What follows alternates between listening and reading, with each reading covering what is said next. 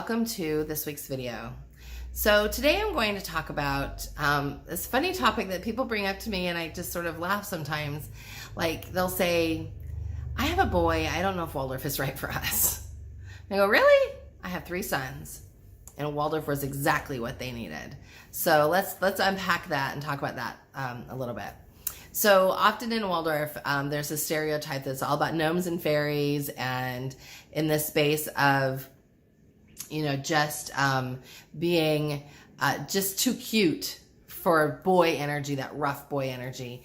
And I first want to back up and say, listen, I know girls who have that energy too, but it is a little bit different. Having 3 sons, and usually or often you don't see it when you have one son that's maybe sandwiched between 2 girls, or even one son by himself. But you get 2 boys together, and my boys were 26 months apart. I don't know how I survived, y'all. They about killed me. But they are really busy. But never once did I think Waldorf isn't for us because they're too rough. So here's the deal. Waldorf feeds them. It feeds them at a level that we can't comprehend when it comes to sort of planning out our lessons and understanding. It's kind of like you can't see a vitamin working, but it works. You know that that supplement that you gave your child is working, and so you know that it's something else is going on that you can't see. That's truly what I feel like Waldorf does. I feel like when it comes to the content, it is about you meeting them and matching them where they are. So properly placed children, you want to make sure that they're in the right place for their grade.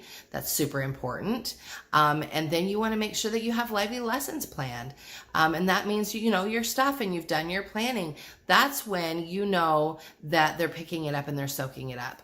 When it comes to like that early childhood space, which is often where I get this comment. In fact, I had a mom say to me once, I don't think we can do Waldorf. My kids are too naughty. And I started laughing. I said, well, how do you get them out of that space without giving them direction? So it's not about them not being okay for the curriculum. It's about like, how do you want to show up? How do you want your family to feel?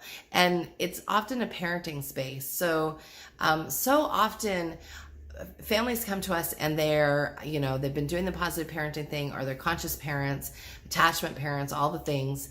But yet they still have children that are not behaving, and they're like pulling their hair out, trying to figure that out. And that really comes down to a piece about connection, understanding connection and truly what it is, and understanding boundaries. And we teach that in our Thinking, Feeling, Willing program. We teach you sort of how to have that connection and those boundaries. But it's truly within Waldorf, they understand how to roughhouse, and it's okay. It's okay to be rough. It's okay that they're running and tumbling and falling and playing outside and playing in the dirt and all of those things, playing with pulleys and experimenting with, you know, throwing sticks and experimenting with like being with sword play, all of those things. Waldorf is a haven for busy boys and busy girls, like for both. I'm very impressed with watching young boys, you know, 4, 5, 6, just run and play and climb, because they're not hampered by, oh, I want to be on a video game, or, oh, I want to be in front of the TV. They know that outside is where they want to be and where they should be. So if you're really struggling with this and you've got really busy boys, I just want to tell you, I'm with you. I've been there. Take a deep breath. Look at your own personal rhythm. Are you getting enough rest every day? Most of us aren't. So figure out some ways to get more rest. Generally, that means you got to go to bed earlier. So go to bed earlier so you can get up before your kids, and you can start the day and feel centered and whole. So then you can meet them in their rough house and their rough play, and not feel like it's an annoyance or a frustration. So when we meet as parents, we see our children and they're annoying or frustrating us, it's not about them. They act the same every day. So you kind of want to step back and ask yourself, what is going on right now? Why am I feeling this? I like to put my left hand over my heart when I'm having a frustration like that and say to myself, okay, Melissa, why do you feel like you need to control this right now? Or why is this bothering you right now? So ask yourself, why is this bothering you? What is it that needs to happen? Is it the venue? Is it that they're roughhousing and they're inside and you really need them to go outside? Well, send them outside. Is it that you're embarrassed because they're roughhousing in the grocery store? So then you have to sort of have a conversation before you go into the grocery store. And my conversation usually starts like this. We're here to buy 2 things or 5 things, whatever. When we're done, I'll grab some bananas and some apples and we'll eat them on the way home, which usually has some cheering. If you act up to the place that I have to leave, I'm not taking any groceries home. It doesn't take many times for you to leave your cart in the middle of the grocery store and them frustrated that they don't get those apples and bananas on the way home, for them to go, oh, wait a minute, she's serious. So also with that, I try not to do a lot of shopping trips with my kids with me. I shopped a lot when my big kids were little with them because I was a single mom and I had to. But then when they got older, I did shopping often when they were with the sitter or when they were home with my husband, and I was able to go out by myself because I really wanted to be in a space of not being stressed about that. Now you can do things like Instacart and then just bring it to your house, and it's so much nicer because you don't actually have to leave your home. But really and truly, when it comes to sort of things like being embarrassed in the grocery store or being embarrassed because they're acting up somewhere else, ask yourself, why is this a problem for me? How can I navigate this? Are they over hungry? Are they overtired?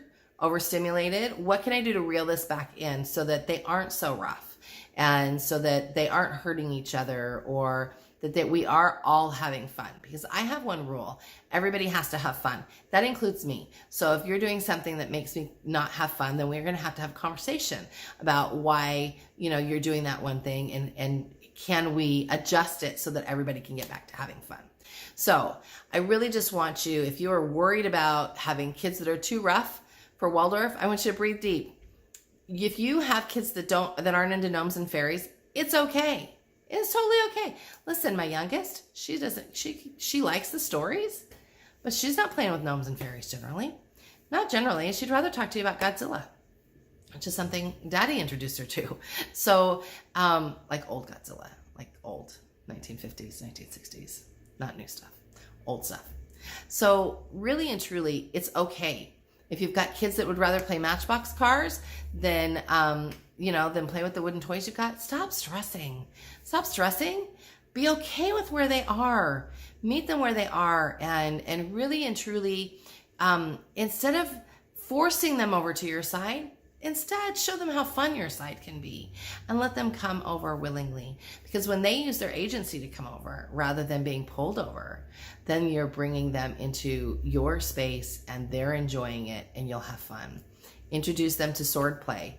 It's a lot of fun to make a wooden sword when they're 4, 5, 6 years old. Make a wooden sword and have sword fights. They'll have sword fights until they're teenagers. I've watched my boys when they were teens do the same thing. So sort of instilling this place of allowing them to be rough, allowing that, and also allowing them to burn that off. So you want to make sure they get plenty of movement. Like plenty of movement. When I say plenty of movement, that doesn't mean you toss them out in the backyard. I'm talking about like 3 miles a day in walks. Heavy movement. That's how you get them to listen and settle down.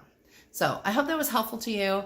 Hop over to our YouTube channel if you've got questions, you've got more videos that you'd like to see. We have a lot of videos on topics of Waldorf homeschooling, on topics of parenting and partnering. And if I could do anything for you, drop me a note. I'm happy to answer any questions you have.